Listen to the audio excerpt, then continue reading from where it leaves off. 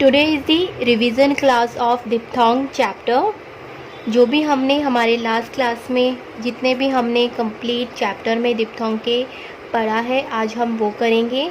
Revisionary class है हमारी। So what you have learned, जैसे कि आप हर मेरे चैप्टर में आप देख चुके हैं इस चैनल पे कि जैसे ही हमारा एक चैप्टर कंप्लीट होता है वैसे ही हम उस चैप्टर के एंड में हमारा रिवीजन क्लास करते हैं। एक छोटे शॉर्ट फॉर्म में, समरी फॉर्म में हम पूरा कंप्लीट चैप्टर को रिवाइज करते हैं। So same thing we are doing today, that what you have learned in your chapter of diphthong, we revise it today. Diphthongs. A diphthong is defined as a union of two vowel sound spoken, pronounced together. diphthong कैसे define किया गया है? ये union है to vowel sound का, जो एक साथ बोला भी जाता है और प्रोनाउंस भी एक साथ किया जाता है। बट होता क्या है, ये दो वॉवेल के साउंड से एक डिप्थोंग साउंड बना है, ठीक है, विच स्पोकन और प्रोनाउंस्ड इट टुगेदर। ये है हमारा diphthong. There are 4 common diphthongs, I, आओ, ओए and you, as heard in the sentence I now enjoy music। हमारे जो 4 डिप्थोंग्स हैं, क्या क्या है वो? I, आओ, ओए and you है हमारे डिप्थोंग्स। हमने इसका एक फ्रेज करा था, same I now enjoy the music। ये सब हमें, जो भी हमारे 4 डिप्थोंग्स हैं, ये हमें इस फ्रेज में सुनाए आते हैं। इस सेंटेंस में I now enjoy music, 4 diphthongs का साउंड इस एक अकेले फ्रेज में आ रहा है। Next is diphthong follow vowel pattern in writing with consonants. Diphthong क्या फॉलो करता है? वॉवेल पैटर्न फॉलो करता है जब हम कॉन्सोनेंट्स को के साथ इसको लिखते हैं। They are indicated before and after a stroke according to occurrence of the sound। ये कैसे इंडिकेट करता है? बिफोर एंड आफ्टर स्टॉक को इंडिकेट करता है, सेम लाइक वॉवेल। अगर हमारे वर्ड से पहले हमारा डिप्थोंग साउंड आ रहा है, so we place it before our word, and if the diphthong sound is coming after the word, then we place our diphthong sound after our word। जैसे हम वॉवेल में करते हैं, सेम प्रोसीजर यहाँ पर भी हम फॉलो करते हैं, बिफोर आफ्टर का अप, ओके। एंड अगर हमारा हॉरिजॉन्टल स्टॉक है, देन अपवर्ड एंड डाउनवर्ड का सेम यहाँ पर भी फॉलो होता है वॉवेल के जैसा। our fourth point is diphthong I and oi are indicated in the first place, while ao and u are indicated in the third place। जो हमारा I डिप्थोंग है, इसको हम ऐसे लिखते हैं, एंड आओ ओए हमारा ऐसे लिखा जाता है, are indicated in the first place. ये 2 डिप्थोंग हमारे फर्स्ट प्लेस पे लिखे जाते हैं, एंड आओ एंड यू, ये हमारे जो डिप्थोंग है, ये थर्ड प्लेस को इंडिकेट करता है। ये थर्ड प्लेस पे हम इसको प्लेस करते हैं, ठीक है। 2 हमारे फर्स्ट प्लेस के डिप्थोंग हैं एंड 2 हमारे थर्ड प्लेस के डिप्थोंग हैं। Strokes are accordingly written above and through the line respectively। Strokes हैं अकॉर्डिंग जिस अकॉर्डिंग वो आएंगे, उनके प्लेसेस के अकॉर्डिंग ही हम उनको लिखेंगे। अगर हमारा फर्स्ट प्लेस का हमारे डिप्थोंग आ रहे हैं, तो हम उसको अबव द लाइन लिखते हैं, ठीक है। First place above the line लिखा जाता है। एंड अगर थर्ड प्लेस का हमारा डिप्थोंग आ रहा है, देन हम उसको थ्रू द लाइन लिखेंगे, it means cut the line लिखेंगे, ठीक है। वो लाइन को कट करते हुए हमारा स्ट्रोक लिखा जाएगा। Next 5th is I, sign I. when occurring first is joined to consonant in words like item, eyes, etc.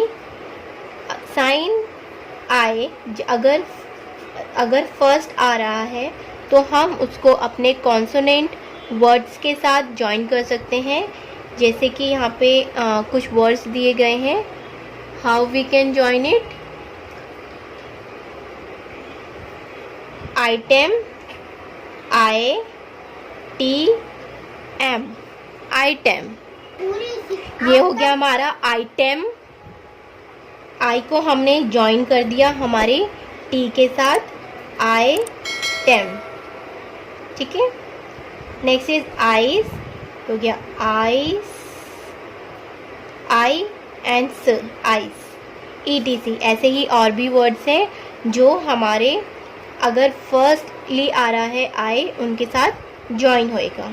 It is also abbreviated when join to consonant L and M in words like I will, I am. ये I इनके साथ भी abbreviate means half किया जाता है, इसको half करके लिखा जाता है. एल और एम के साथ आते हैं, जैसे कि वर्ड हमारा आता है आई विल. अगर हम शॉर्ट फॉर्म देखें विल की, तो हम इसको आई विल को ज्वाइन करके लिख देंगे. ये हो गया हमारा आई एंड विल. ये हो गया हमारा आई विल. ऐसे ही आई एम. ठीक है. यहाँ पे ये एब्रीवेट हो रहा है, मीन्स इसकी जो एक्चुअल जो हमारा स्ट्रोक है उसको हम हाफ कर रहे हैं, एब्रीवेट कर रहे हैं. ठीक है. उसको शॉर्ट करके लिख रहे हैं. सो ये हो गया हमारा I will and I am. Exceptionally it is join in the third place in words like नाई. बहुत ही एक्सेप्शनली मतलब रेयर केस में ये जॉइन होता है थर्ड प्लेस में, जैसे कि वर्ड है हमारा नाई. सो ये हो गया हमारा एन एंड आई, नाई, नाइट. ऐसे एक्सेप्शनली मतलब बहुत रेयर केसेस हैं जहाँ पर ये जॉइन होता है थर्ड प्लेस पे. ठीक है. जैसे हमने एग्जाम्पल करा नाई का. तो ये हो गया हमारा sign of I, diphthong I. 6 point. The sign ow is abbreviated when affixed of consonant n as in the word now. Sign है हमारा आउ का, ये हमारा साइन होता है आउ का. ये एब्रीवेट होता है कॉन्सोनेंट n के साथ.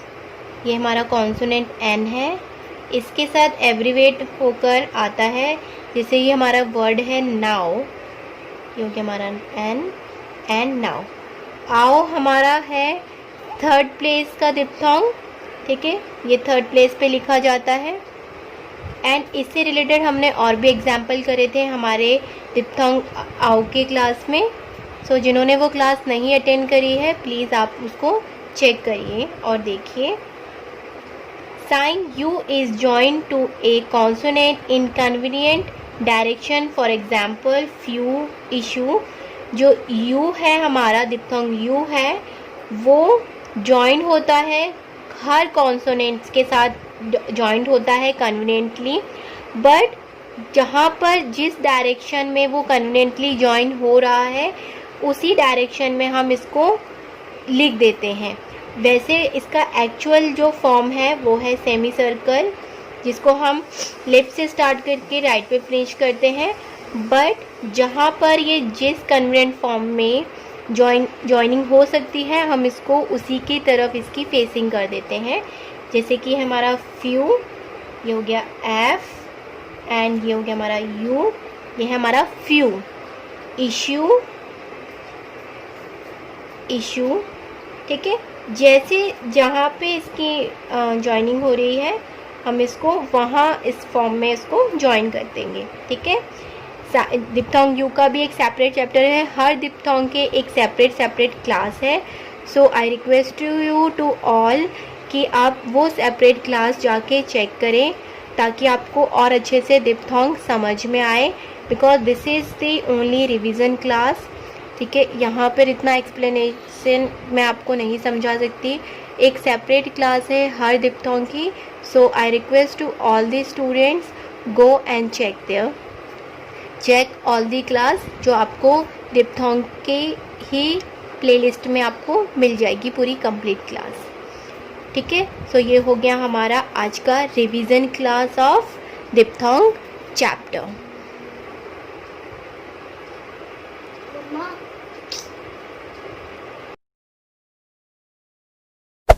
Hey there. Subscribe to my channel. And also press this bell icon.